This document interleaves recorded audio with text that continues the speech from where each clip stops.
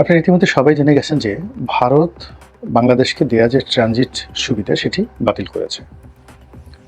এই ট্রানজিট সুবিধার আওতায় বাংলাদেশি যারা আমদানিকারক এবং রপ্তানিকারক তারা ভারতের স্থলপথ ব্যবহার করে যেগুলো স্থল বন্দর রয়েছে তার মাধ্যমে ভারতে রপ্তানি না করেও ভারতের ভূমি দিয়ে তৃতীয় কোনো দেশে তারা রপ্তানি করতে পারত।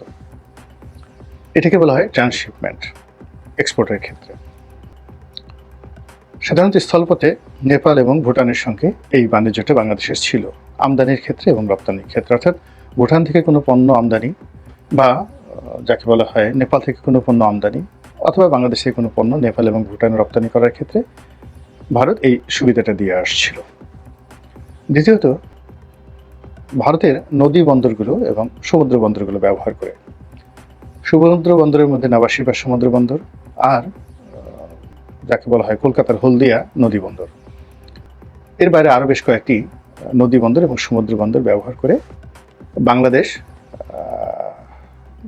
বিশ্বের বিভিন্ন দেশ থেকে পণ্য আমদানি করে ভারতে খালাস করে সড়ক পথে বাংলাদেশে আনত, আবার একইভাবে বাংলাদেশ থেকে বিভিন্ন পণ্য ভারতের এই সকল বন্দরে পাঠিয়ে সেখান থেকে বিশ্বের বিভিন্ন দেশে পাঠাতো। এটা হলো নদীপথে। আর আকাশপথে মূলত দিল্লি এয়ারপোর্ট এবং কলকাতা এয়ারপোর্ট সহ আর বেশ কয়েকটি এয়ারপোর্ট ব্যবহার করা হতো গার্মেন্টস রপ্তানি করার জন্য। এবং ভারতের সুবিধা বাতিল করার কারণে প্রাথমিক হিসাবে বাংলাদেশে ২,০০০ কোটি টাকা বাৎসরিক ক্ষতি হচ্ছে এবং বাংলাদেশ এই ক্ষতির মুখে পড়তে যাচ্ছে। এটা স্বয়ং বাণিজ্য উপদেষ্টা নিজ মুখে স্বীকার করেছেন। চুলচেরা হিসাব করলে এই পরিমাণ বাড়বে বই কমবে না। ২ নম্বর হলো যে এই ঘটনা ঘটার ফলে কি প্রতিক্রিয়া দেখা দিয়েছে। ১ নম্বর প্রতিক্রিয়া হলো ব্যবসায়ীদের মধ্যে ভীষণ রকম হতাশা এবং ডক্টর মোহাম্মদ ইউনূসের সরকার সঙ্গতের কারণে বিব্রত। এর কারণ হলো এই সমস্যাটি তৈরি হয়েছে বিমস্টেক বৈঠকের পর। অর্থাৎ বিমস্টেক বৈঠকে মিস্টার নরেন্দ্র মোদীর সঙ্গে মিস্টার ডক্টর ইউনূসের যে বৈঠক হয়েছিল সেই বৈঠকে যে সকল কথাবার্তা হয়েছে, যে সকল প্রচার এবং প্রোপাগান্ডা হয়েছে, তাতে করে আমরা দেখলাম যে ভারতের পক্ষ থেকে যা প্রচার করা হচ্ছে আর বাংলাদেশের পক্ষ থেকে যা প্রচার করা হচ্ছে এই দুইয়ের মধ্যে ব্যাপক মতপার্থক্য। এবং এই বৈঠকটি অবস্থার দৃষ্টি মনে হলো যে না হলে ভালো হতো। যারা এই বৈঠকের আয়োজন করেছেন তারা এই সর্বনাশটি বাংলাদেশে করে দিয়েছেন। দ্বিতীয়ত, চীন সফরে গিয়ে ডক্টর মোহাম্মদ ইউনূস এমন কিছু কথা বলেছেন ভারতের 7 সিস্টার নিয়ে এবং আমাদের সমুদ্র বন্দরগুলোর সক্ষমতা এবং এই 7টি রাজ্যকে আমরা যদি ট্রানজিট সুবিধা না দিই তাহলে তাদের কি অসুবিধা হতে পারে। এই সকল কথাবার্তা বলার কারণে সঙ্গত কারণে ভারত বিক্ষুব্ধ হয়ে এই সিদ্ধান্তটি নিয়েছে। এরপর বাংলাদেশ ভারতের ট্রান্সশিপমেন্ট বাতিল করেছে। তারপর ভারত থেকে বাংলাদেশে যে পণ্য ভারতীয় পণ্য আমদানি এরকম প্রায় 40টার মতো পণ্য বা 37টার মতো পণ্য আমদানি নিষিদ্ধ করেছে। এর ফলে বাংলাদেশের এই আপাত দৃষ্টিতে 1-2 বছর 3 বছরে কি ক্ষয়ক্ষতি হবে, ব্যবসার উপর নেতিবাচক কি প্রতিক্রিয়া দেখা দিবে, সেই বিষয়গুলো নিয়ে আলাদা একটি ভিডিও করার প্রয়োজন রয়েছে বলে আমি মনে করি। যেহেতু ব্যবসা বাণিজ্যের সঙ্গে সম্পৃক্ত এবং মাল্টিন্যাশনাল কোম্পানিগুলোর সাথে দীর্ঘদিনের সম্পর্ক এবং আন্তর্জাতিক শিপিং ব্যবসা, গার্মেন্টস ব্যবসার সাথে জড়িত, কাজেই এই যে ট্রান্সশিপমেন্ট সংক্রান্ত যে সমস্যা এবং আমদানি সংক্রান্ত যে সমস্যা, এটি আমার চোখের সামনে ভাসছে। কোনো কাগজ কলমের কিছু দরকার নেই, আমি একদম মুখস্থ বলে দিতে পারি যে কী ক্ষয়ক্ষতি হতে যাচ্ছে। তো যাই হোক, এখন আমরা যেটা বলি যে এই পরিবেশ এবং পরিস্থিতির কারণে বাংলাদেশের যারা সরকার তারা সমালোচনার মুখোমুখি হচ্ছে, ভারতীয় পত্রপত্রিকায় নানা রকম নেতিবাচক কথাবার্তা হচ্ছে। আর বাংলাদেশের মধ্যে যে ভয় সংস্কৃতি রয়েছে সেই ভয় সংস্কৃতির কারণে অনেকে কথা বলতে পারছেন না, কিন্তু মনে মনে নিদারুণভাবে বিক্ষুব্ধ যে এই ধরনের দায়িত্বপূর্ণ পদে থেকে এই কথা বলার কি দরকার ছিল।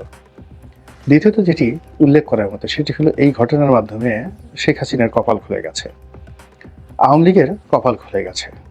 সেই বিষয়ে বিস্তারিত বলবো। তার আগে আমি আওয়ামী লীগের যারা প্রচার মাধ্যমে ছিলেন, বিশেষ করে সিআরআই কিংবা তথ্যমন্ত্রী যারা ছিলেন, তাদের যে দুর্বলতা এবং অক্ষমতা এবং দলকে ডুবানোর জন্যে তাদের যে অকার্যকর নেতিবাচক কথাবার্তা, সেই কথাবার্তার যে যোগ্যতা সেটার তুলনায় দলকে আফোর্ড করার যে ক্ষমতা এই সময়টাতে সেটা ফুটে উঠল।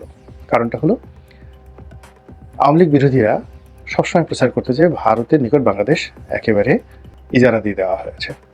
বাংলাদেশের রেলপথ, তারপর সড়কপথ, নদীপথ, সমুদ্র সব কিছু ভারতকে দিয়ে দেওয়া হয়েছে, বিনিময়ে বাংলাদেশ ভারত থেকে কিছুই পায়নি। কিন্তু এখন আমরা এই ঘটনার সময় এই ডক্টর ইউনূসের কল্যাণে জানতে পারলাম যে এই চুক্তিগুলো ছিল দ্বিপাক্ষিক, অর্থাৎ বাংলাদেশের ভূমি ব্যবহার করে ভারত যেভাবে ট্রান্সশিপমেন্ট সুবিধা পেয়েছিল, কিন্তু সেই ট্রান্সশিপমেন্ট সুবিধা যদি তারা ব্যবহার করে থাকে তাহলে তাদের কয় টাকা লাভ হয়েছে, কয় হাজার কোটি টাকা লাভ হয়েছে, এর ব্যাপারে যদি কোনো সন্তোষজনক জবাব থাকতো, ইউনূস সরকার কিন্তু বলে ফেলতো যে আমরা ট্রান্সশিপমেন্ট বন্ধ করে দিয়েছি, ভারতেরও 2,000 কোটি টাকা ক্ষতি হয়েছে। কিন্তু যদি দেখা যায় যে ভারতের ক্ষতি হয়েছে 2 কোটি টাকা, কিংবা গত 6 মাসে ভারত কোনো বাংলাদেশের ট্রানজিটে হয়তো ব্যবহার করেনি, এরকম যদি ঘটনা হয়ে থাকে, তাহলে তো সঙ্গত কারণে শেখ হাসিনা এবং আওয়ামী লীগের প্রতি মানুষের এক ধরনের আবেগ তৈরি হয়ে যাবে যে না, তার দেশপ্রেম ছিল, সে ভারতের সাথে দর কষাকষি করে এমন সুবিধা আদায় করে নিয়েছিল যার কারণে একটি দেশ প্রতি বছর অন অ্যাভারেজে এই ভারতের ট্রান্সশিপমেন্ট সুবিধা ব্যবহার করে বাংলাদেশের জন্য 2,000 কোটি টাকার বৈদেশিক মুদ্রার সুবিধা তারা আদায় করতে পেরেছিল। তো এই জিনিসটি আওয়ামী লীগ কখনো প্রচার করতে পারেনি। এই গেল এক।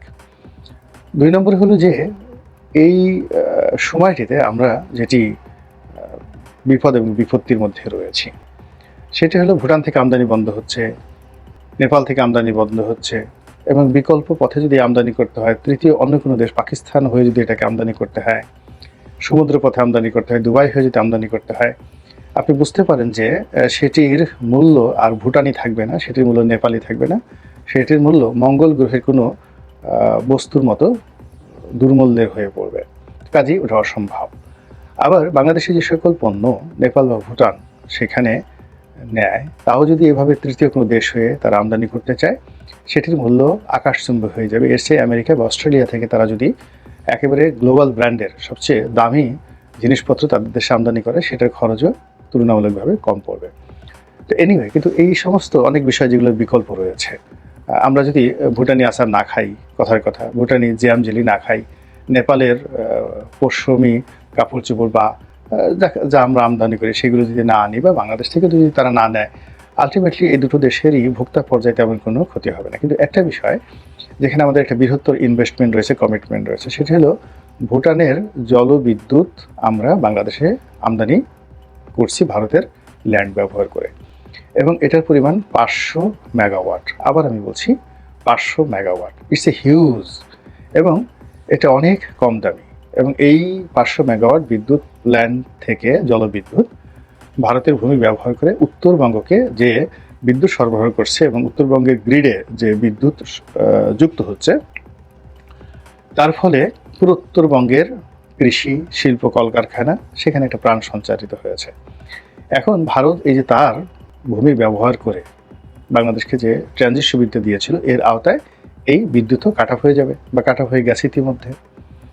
এবং সেক্ষেত্রে এই যে ভুটানের সঙ্গে আমাদের যে একটা বন্ধুত্বপূর্ণ সম্পর্ক, একটা চুক্তি, সেখানে আমাদেরকে বিদ্যুৎ দেওয়ার জন্য তারা যে ইনভেস্ট করেছে, সেটার তো বিদ্যুৎ না পেয়েও আমাদেরকে জরিমানা গুনতে হবে। একইভাবে আদানিকে নিয়ে আমাদের যে সমস্যা তৈরি হয়েছে এই মুহূর্তে, অর্থাৎ ভারতের সঙ্গে আমাদের যে দ্বিপাক্ষিক সম্পর্ক, সেই দ্বিপাক্ষিক সম্পর্কের মধ্যে এখন বিস্ফোরা হিসেবে আদানি দেখা দিয়েছে। এর সঙ্গে সঙ্গে রামপাল বিদ্যুৎ কেন্দ্র, কয়লা ভিত্তিক বিদ্যুৎ কেন্দ্র, তো আদানি, রামপাল বিদ্যুৎ কেন্দ্র এবং তার সঙ্গে এই যে 500 মেগাওয়াট বিদ্যুৎ কেন্দ্র, 3টি বিদ্যুৎ কেন্দ্রে যদি সমস্যা তৈরি হয়, সারা বাংলাদেশে রীতিমতো হাহাকার তৈরি হয়ে যাবে, অশান্তি তৈরি হয়ে যাবে, অশান্ত পরিবেশ তৈরি হয়ে যাবে। এবং আরও একটা বিষয়, সেটি হলো আমরা ভারত থেকে পাইপলাইন ব্যবহার করে কম দামে আমরা ডিজেল এবং অন্যান্য জ্বালানি পণ্য ভারতের মাধ্যমে আমদানি করছিলাম। সরাসরি ভারত থেকে অথবা তৃতীয় কোনো দেশ থেকে আমদানি করে ভারতীয় বন্দর ব্যবহার করে সেই পাইপলাইন দিয়ে বাংলাদেশে আনার যে প্রকল্পটা চালু হয়েছিল, এটি আমাদের পেট্রোলিয়ামের চেইন অ্যান্ড সাপ্লাইতে একটা বিশাল গুরুত্বপূর্ণ ইনভেস্টমেন্ট ছিল শেখ হাসিনার জামানাতে। এবং এটা শুধুমাত্র যে ভারত থেকে বাংলাদেশে আসবে তা নয়, একই সঙ্গে কিন্তু ঢাকার সঙ্গে চট্টগ্রামের যে ডিপোগুলো রয়েছে, যেখানে আগে পরিবহনের মাধ্যমে হতো, অর্থাৎ দেখা গেল যে সেই মাদার ভ্যাসেল থেকে লাইটারিং করে সেখানে বাংলাদেশের রিফাইনারিগুলোতে পেট্রোলিয়াম আসতো এবং এখানে যে চুরি চামারি হতো, অর্থাৎ মাদার ভেসেল থেকে লাইটার জাহাজে, লাইটার জাহাজ থেকে আবার রিফাইনারিতে, আবার সেই রিফাইনারি থেকে এসে যখন ট্রাকে করে সারা বাংলাদেশে পৌঁছে দেওয়া হতো, কিংবা যাকে বলা হয় ছোট ছোট লাইটার জাহাজে করে সেই তেল পরিবহন করে সেই যাকে বলা হয় সরবরাহের ব্যবস্থা ঠিক রাখা হতো, এখানে অলমোস্ট 20-25% সিস্টেম লস হয়ে যেত।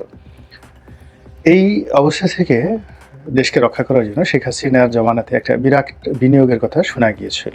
সেটি হলো ভারত থেকে যেভাবে পাইপলাইনের মাধ্যমে পেট্রোলিয়াম আসবে, আবার রিফাইনারি অর্থাৎ চট্টগ্রাম রিফাইনারি থেকে, ইস্টার্ন রিফাইনারি যেটি, সেই রিফাইনারি থেকে পাইপলাইনের মাধ্যমে বাংলাদেশের বড় বড় যে সকল ডিপো রয়েছে সেই ডিপোতে সরবরাহ করা হবে। ফলে এখানে সিস্টেম লস 20-25% থেকে নেমে 5%-এ চলে আসবে এবং এতে করে আমাদের জ্বালানি খাতে একটা রীতিমতো বিপ্লব তৈরি হবে।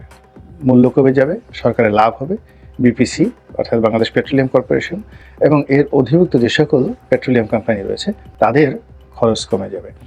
এখন এই যে ভারতের রেশারেশির কারণে ভারত থেকে বাংলাদেশের যে পাইপলাইন, এই পাইপলাইনের অবস্থা কি, অথবা ইস্টার্ন রিফাইনারি থেকে বাংলাদেশের অন্যান্য ডিপোতে যে সকল বড় বড় তেলের ডিপো রয়েছে, সরকারি ডিপো, তো সেই ডিপোগুলোতে যে পাইপলাইন স্থাপনের কাজটি সেটি কি শেষ হয়েছে না কোন অবস্থায় রয়েছে, এটা নিয়ে কিন্তু আমাদের সাধারণ জনগণ আমরা কোনো কথা বলছি না, অথচ এর উপর কিন্তু অর্থনৈতিক চাকা নির্ভর করছে। একই সঙ্গে আমরা কিন্তু আমাদের যে ইনভেস্টমেন্টটা সেটা এলএনজিতে নিয়ে গিয়েছি। তো এলএনজির যে ব্যবসা বাণিজ্য, টার্মিনাল নির্মাণ, এটি অনেকটা সরকারের সঙ্গে এবং আওয়ামী লীগের বড় বড় ব্যবসায়ী তাদের সঙ্গে সংযুক্তভাবে হয়েছে। আরও স্পষ্ট করে বললে এই সেক্টরে যে খনিজ জ্বালানি মন্ত্রী বিপু নসরুল হামিদ বিপু এবং সালমানিক রহমান, তাদের একটা বিরাট বিনিয়োগ ছিল, এস আলমেরও বিনিয়োগ ছিল জ্বালানি সেক্টরে। এখন সেই বিনিয়োগগুলোর অবস্থা কি, সেই কর্মকাণ্ডগুলোর অবস্থা কি, বাংলাদেশের এলএনজির যে কাজকর্ম এখন কারা তদারক করছে, আওয়ামী ব্যবসায়ীরা নাকি ওখানে বিএনপি বা জামাতের কেউ দখল করেছে, অথবা সরকার ওটাকে অধিগ্রহণ করেছে, এবং এইগুলোর উপর কিন্তু বাংলাদেশের প্রাণভ্রমরা নির্ভর করে। এবং সব মিলিয়ে আপনার কিছু কি মনে হয় যেগুলো আমাদের জানা উচিত না, কিংবা এগুলো কীভাবে সরকার সামাল দেবে এই বিষয়ে সরকারের ভাবা উচিত নয়, বা এই কথাগুলো নিয়ে